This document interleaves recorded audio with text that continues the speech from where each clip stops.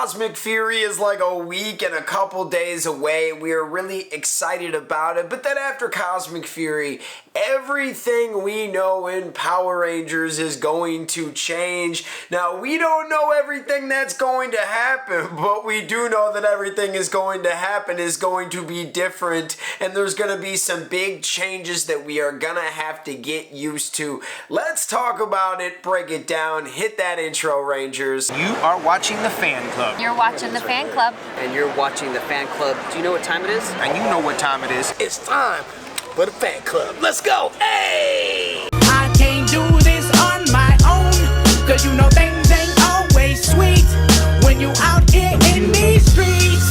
But my morpher when it morphed, I made a fake one. Cosmic Fury is so close, we can taste it. It drops next week on Netflix.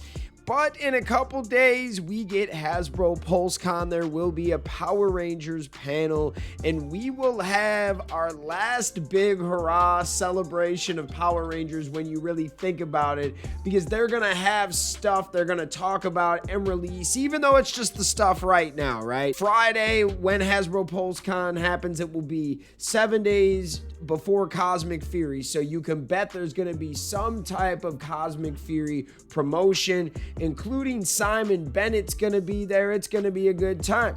They're also going to debut a bunch of the toys that are coming out, especially that good old Master Morpher, and we're excited about that. There's some talk about some Cosmic Fury figures possibly popping up.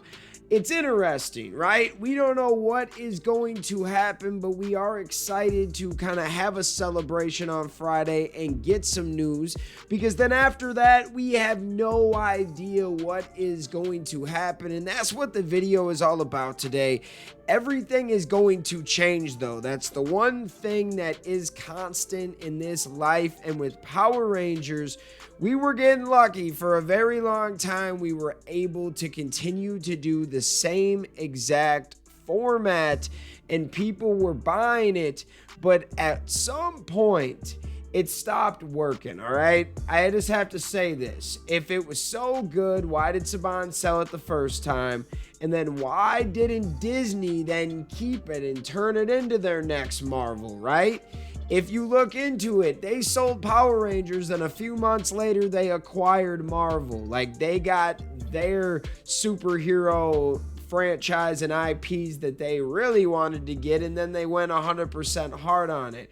Then, when they sold it to Saban again and started the Neo Saban era, like, if it was number one and they had it where they wanted to be, why did he sell it to Hasbro?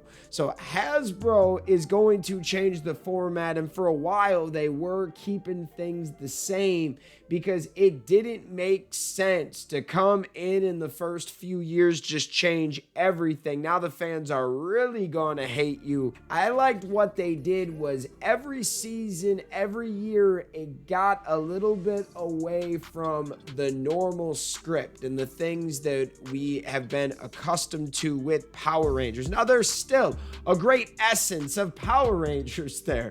We still call them Power Rangers. They got the suits, but now it's more original. Even with Cosmic Fury, there was a lot of, discussions and even arguments about going away from the Sentai footage and only using the Q Ranger Zord footage.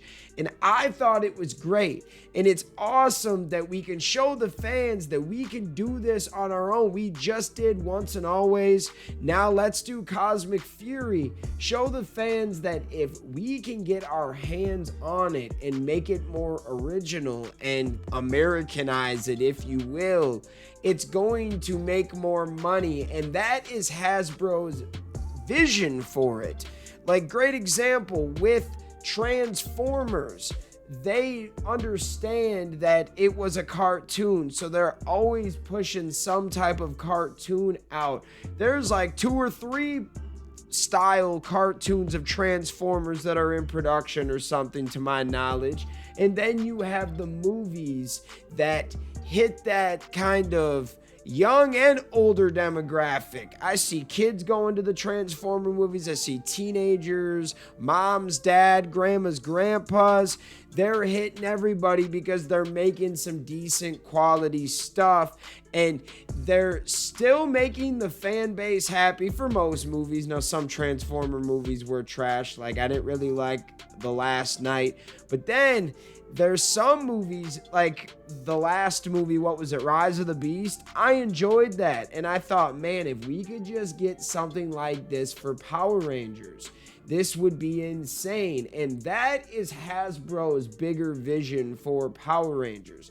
Now, when you look through how they acquired it and who was there and who's there now, there have been some cycling through some people, and I'm pretty sure like the big dog that was running the show when they acquired Power Rangers, he passed away, and that was something he wanted to do. Now, this is something similar to like the music industry or something. Let's say that your manager for the label, he leaves and now you get somebody else, but like that manager you had a good relationship with and he believed in you. Now somebody else is coming in, and what if you don't have that type of relationship? What if they don't believe in you as much? But Hasbro believes in Power Rangers, but to a certain point, because they have all of these other brands that are making them way more money, and they don't want to go 100% in and release a movie and then have to shelve it. There is a lot of rumors and smoke pointing to they had something at least going, shot, they had some toys, something for a reboot project, TV show or movie, and it got scrapped. And we knew they were working on a movie for a while. We knew there was a scrap script about time travel and stuff. Well, that must have got going because something got canceled. It costed them money because Power Rangers was in the red last year when it came to making money, but it should have been in the green because they stabilized it. They're making money off the show and the toys now. Whenever Power Rangers comes to Netflix, it's trending for that week or two, and then the toys are always going off the shelves because there's not much of them. So they've understood what you need to do with Power Rangers right now, but they've never got to actually sink their teeth into it. Next year might be the year, once we get this writer strike, actor strike put together, where we start to get some information about the future of Power Rangers. And there's a lot of different things that go in. We just reported a few days ago that Toei wants to maybe disconnect with Hasbro and Power Rangers so they could do some shows over here. Now, how would you kind of distinguish that? It would be very interesting if that actually happened. We made a video. It could be good. It could be bad. I don't know. But at the end of the day, I believe they should have the right and opportunity to go give it a try and switch it up and shoot for the stars, man. Let's see what happens. I would absolutely love to watch Power Rangers, but in a TV 14 format, and a lot of fans have, and we don't know what's going on with the development of the Jonathan Entwistle reboot, but you would probably think once we get this strike under control, that's when you'll start to hear some information. Because I want to say, like, in the spring, and it was before the strike, there was talks that it was in development and that they would start pre-production in November. Well, November's in like 2 months, and it's not probably going to happen. They don't have cast. Like, I mean, if they did cast the people, they're not really telling anybody because they can't work anyway. So very interesting, man. I don't know what is going on, but the future of Power Rangers, even though this sounds wacky, guys, and you guys are going to hate me, it's in good hands. The future of Power Rangers is in good hands with Hasbro. And why is that? Why do you say that, Dan? Why do you say that, bros? Because they have other brands to keep them alive. Saban and even Bandai. I barely see Bandai toys like that anymore now that there's no Power Ranger toys on the shelves.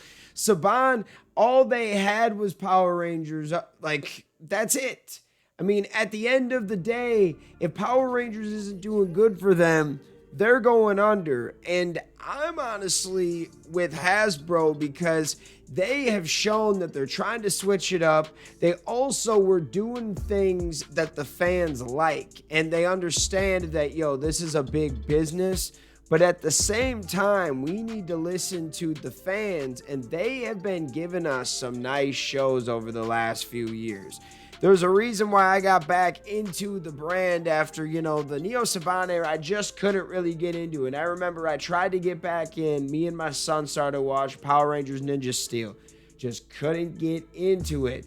But Beast Morphers, there was something different about that. Then Dino Fury, something a little bit more different about that. But by the time you get into season 2 of Dino Fury, you're like, man, this is a Power Rangers show? Like, this is actually pretty freaking good. Now, Cosmic Fury, we've talked about it. They're taking away a lot of the filler, the things that feel a little bit forced in there, and hopefully they add more action, they add more compelling stories.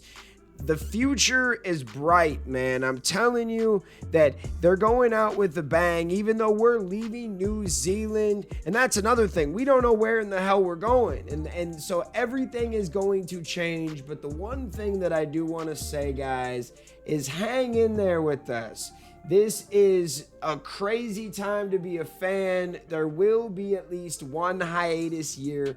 Hopefully it's not two, but I'm hoping by 2025 we will actually have some type of answers and hopefully a project to watch. But I want to know what you guys think in the comments. Shout out all of the fans out there that take the time out of their day to watch this content. You are the MVPs and the real reason why we can continue to make videos like this. Thank you guys so much, and we will see you next time. Peace. I want to give a special shout out to the Gold Ranger members: Anime King Nick, Chaos Draco, The Arctic Operator, Dig Wyron, Tim Rage, Roderick Hare, Miguel Ortiz, Let's Talk Sports, Papillon Oger, Roderick Ham, Jason Morazes, Willie Maloney, Louis Cairns, Solima Ramirez, Danny Nascimento, Skird, Stephen Heffelman, Thomas Franco, Savage Sal, Tim Brown, Sean Schiffer, The Cosmic Nerd 24, Bruce Walters, and Austin White. Thank you guys so much for your support, and if you want a video shout out like this one, sign up to be a Gold Ranger member today. Thanks for watching this video. If you like this content, you know what to do. Hit that like, hit that subscribe button, and hit that notification bell. You can also become a member. Please join the fan club support team right now. We have a Blue Ranger power-up and a Gold Ranger power-up. This is an awesome way to talk with the fans. Join a fan club official chat group. You can also be featured in our videos. At the end of the videos, I will shout you out. That's if you get the Gold Ranger Power-Up membership. Go check it out. Go support the fan club. We love you guys, and thanks for watching. Peace. Hi, we're Bulk and Skull. We have are been requested by the fan club to say something funny.